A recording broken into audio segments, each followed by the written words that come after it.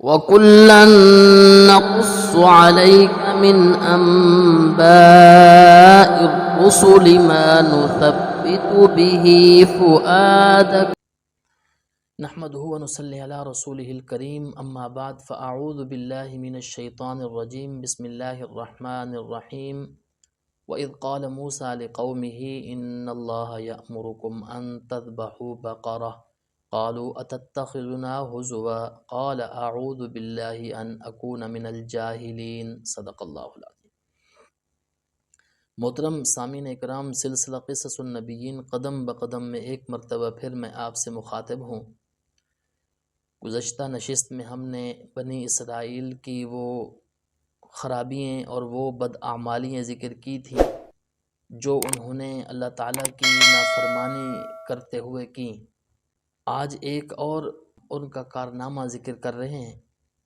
بنی اسرائیل میں ایک آدمی قتل ہو گیا۔ بھتیجے نے اپنے مالدار چچا کو قتل کر دیا یا بھائی نے اپنے بھائی کو قتل کر دیا، دونوں طرح روایات سے معلوم ہوتا ہے۔ مالدار تھا، اس کا مال ہتھیانے کے لیے بھتیجے نے اپنے چچا کو یا بھائی نے اپنے بھائی کو قتل کر دیا۔ اب قاتل کا پتہ نہیں چل رہا تھا، اس لیے کہ اس نے قتل کیا، اور قتل کرنے کے بعد وہ کسی کے گھر کے آگے لاش اس نے پھینک دی اور اس سے جھگڑنا اس نے شروع کر دیا کہ تم نے قتل کیا ہے، تمہارے گھر کے آگے لاش پڑی ہوئی ہے۔ اللہ تعالیٰ نے قرآن مجید کے اندر فرمایا وَإِذْ قَتَلْتُمْ نَفْسًا فَادَّارَأْتُمْ فِيهَا، جب تم نے ایک جان کو قتل کر دیا تھا اور قتل کرنے کے بعد ایک دوسرے پر ڈال رہے تھے، تو نے قتل کیا، وہ کہتا تو نے قتل کیا، قاتل کا پتہ نہیں چل رہا تھا۔ واللہ مخرج ما کنتم تکتمون، اور اللہ تعالیٰ اس بات کو ظاہر کرنا چاہتے تھے جو تم چھپا رہے تھے، یعنی قاتل اس بات کو چھپا رہا تھا اور وہ شور مچا رہا تھا۔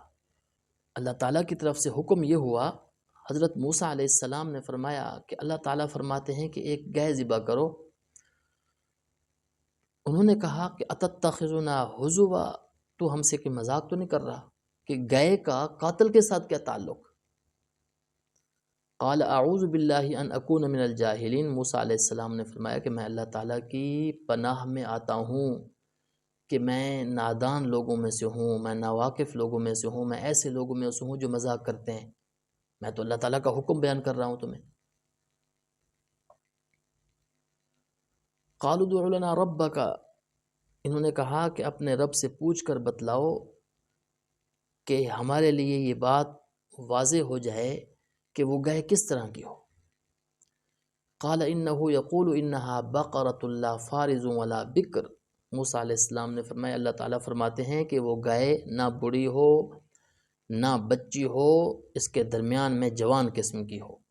ففعلوا ما تؤمرون، جو تمہیں حکم ہوا ہے وہ کر دو۔ اب اس کے بعد اس طرح کی باتیں کریدتے نہ رہو، لیکن یہ بات پھر بھی نہ آئے۔ قالوا ادع لنا ربک یبین لنا، انہوں نے کہا کہ اپنے رب سے پوچھ کر بتلائیے کہ ہمارے لیے واضح کر دے اس کا رنگ کیسا ہو۔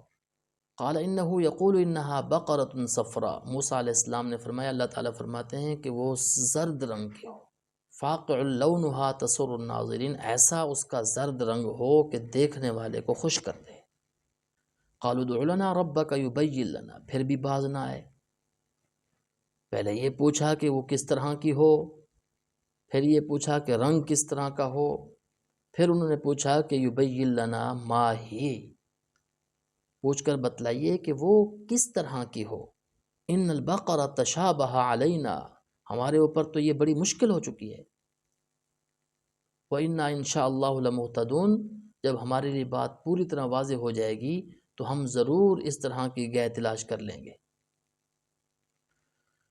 موسیٰ علیہ السلام نے فرمایا قال انہ یقول انہا بقرۃ لا ذلول تثیر الارض، وہ گائے اللہ تعالیٰ فرماتے ہیں کہ ایسی ہو جو نہ اس سے زمین کو جوتا گیا ہو اور نہ اس کے ذریعے کھیتی کو سیراب کیا گیا ہو، مسلمۃ لا شیۃ فیہا، وہ بے عیب ہو، اس کے اندر کسی طرح کا کوئی داغ نہ ہو، داغدار نہ ہو۔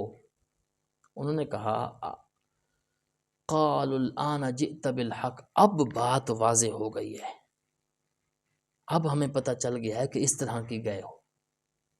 حضرت ابن عباس رضی اللہ تعالیٰ عنہ فرماتے ہیں انہوں نے اپنے لیے مشکلات خود پیدا کی، انہوں نے وضاحتیں مانگی تو اللہ تعالیٰ نے ان کے اوپر قیدیں لگا دیں۔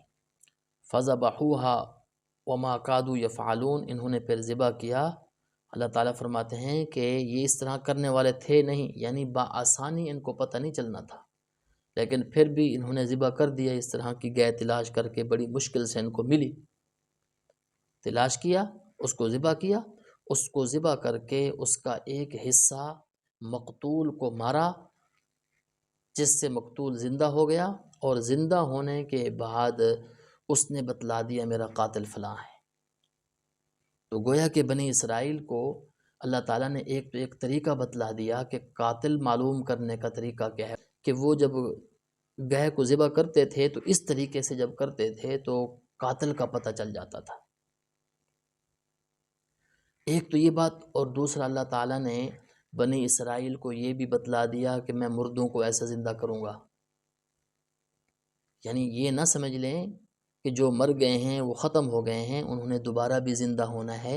اس طریقے سے اللہ تعالیٰ نے ان کے اگر کوئی شبہات تھے کہ آدمی مر گیا، مٹی ہو گیا، دوبارہ کیسے زندہ ہوگا، تو اللہ تعالیٰ نے اس کا بھی طریقہ بتلا دیا۔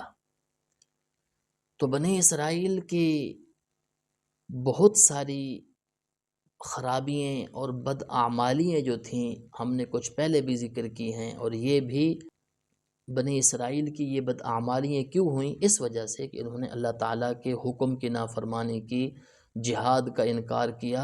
موسیٰ علیہ السلام کوہ طور پر تورات لینے کے لیے گئے تو بچھڑے کی عبادت شروع کر دی، اور شرک والی صورت انہوں نے شروع کر دی۔